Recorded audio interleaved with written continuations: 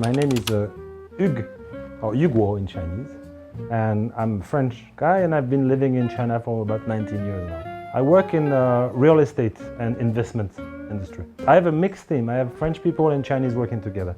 Well, in 19 years, I had a number of culture shock because China has changed a lot.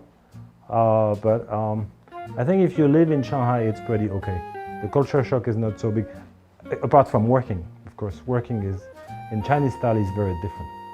The time schedule that you're looking at is much shorter in China because things change all the time.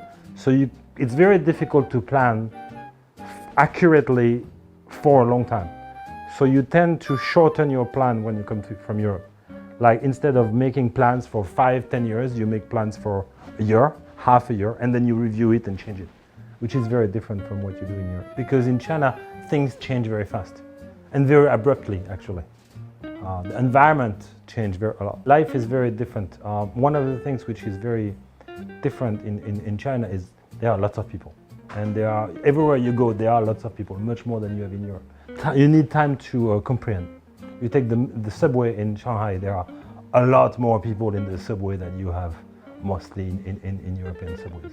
But what is great in the subway, the Chinese people are very polite. So it actually goes much smoother than it would go in Europe.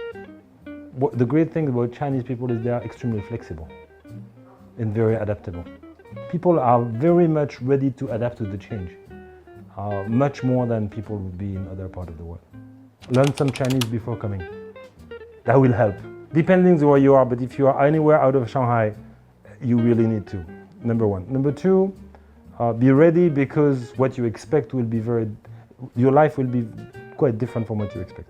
Actually, I'm not sure your life will be different, but if you're in business, your products will have to be different because the expectation of people are very different. For example, if you make food products, the taste of Chinese people is very different. So probably your product will have to be adapted. So you have to be ready to adapt your traditional ways to a new way for China. Otherwise, it doesn't work. Try a lot of the Chinese food because Chinese food is very different and it's very diverse. So some are, at least at first, very different from what you're used to, but it's very varied from north to south, from east to west. So there must be one that you will like, at least one. One thing which is very common with French and Chinese is we love to eat. We love to talk about food. That's very true. And we love to talk about food when we eat. So we eat and we talk about another food. That's very common. French people do that as well. But you know, I arrived a long time ago. When I arrived, very few people spoke English in the restaurant. So you would get and you would just go sign. And then one day I learned that this is mian. So this restaurant sells noodles. So I go and I ask for the mian. And then I can't say Euromian, so I can get the noodle from the beef noodle. And in China, a lot of restaurants have menu with pictures. So that helps a lot. So you go like, zhuge, zhuge, zhuge, zhuge. The market is very different in China, so you need to spend time here to understand how you will have to turn your business differently.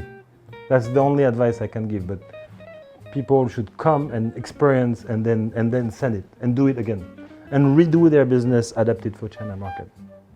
It's most of the time, if you do the same thing that you do in your home country, it will not work.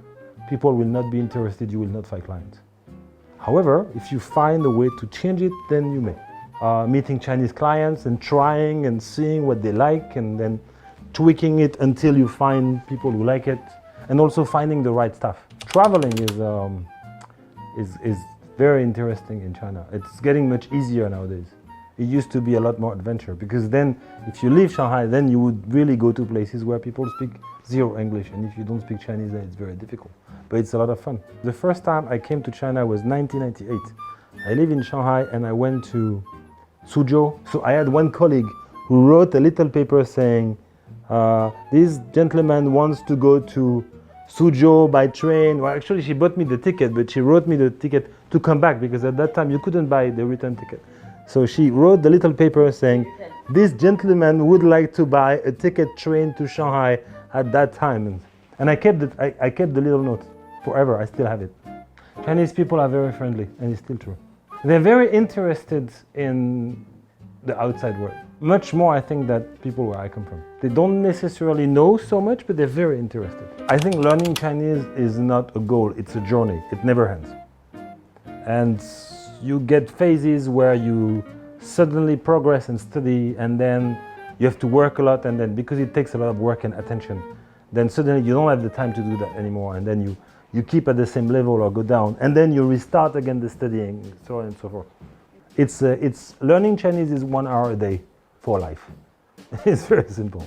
Your office is very close to mine. That's very helpful. I think the teachers are very good.